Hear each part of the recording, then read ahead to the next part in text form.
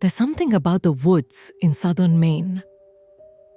The trails twist like forgotten stories, and sometimes, if you're in the right place at the wrong time, those stories ride right past you. Some believe the forest holds memories, echoes of the past that refuse to die. One summer day, my father and I crossed paths with something or someone that shouldn't exist. And to this day, we can't explain what we saw. Have you ever felt unseen eyes watching you in the dark? Welcome to Nightfall Crypt, where shadows whisper, the unknown lingers, and every story is waiting for you to listen, if you dare. It started as any other ride. Southern Maine's ATV trails are practically in my blood. Winding paths carved into woodland and rock, crossing streams and hugging rivers. I was just 6, clinging to my dad's waist as we zipped through a familiar route on his 2016 Honda Rancher. It wasn't deep summer. The trees were stripped down, either early spring or late fall, so you could see far into the forest. The sun peeked through the bare branches, and the breeze was warm for the time of year. Everything felt normal. As we cruised, I liked to peek over my dad's shoulder to see the trail ahead.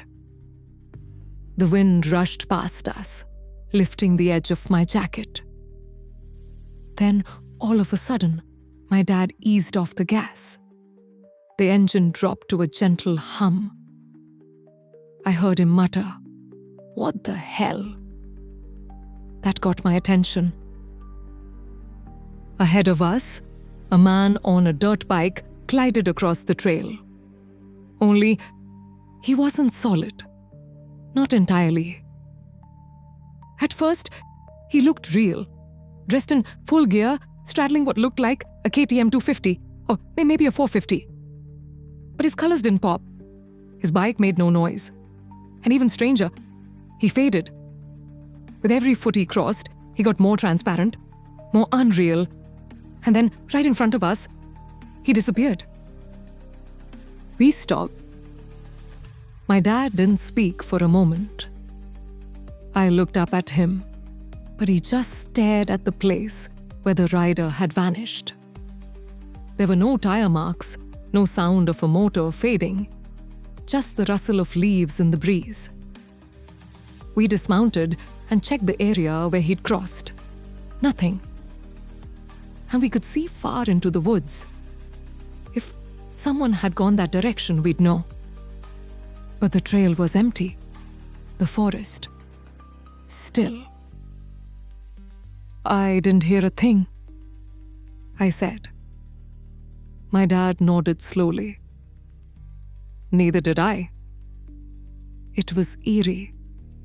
We were riding a quiet utility quad and should have easily heard a bike like that coming from a mile away.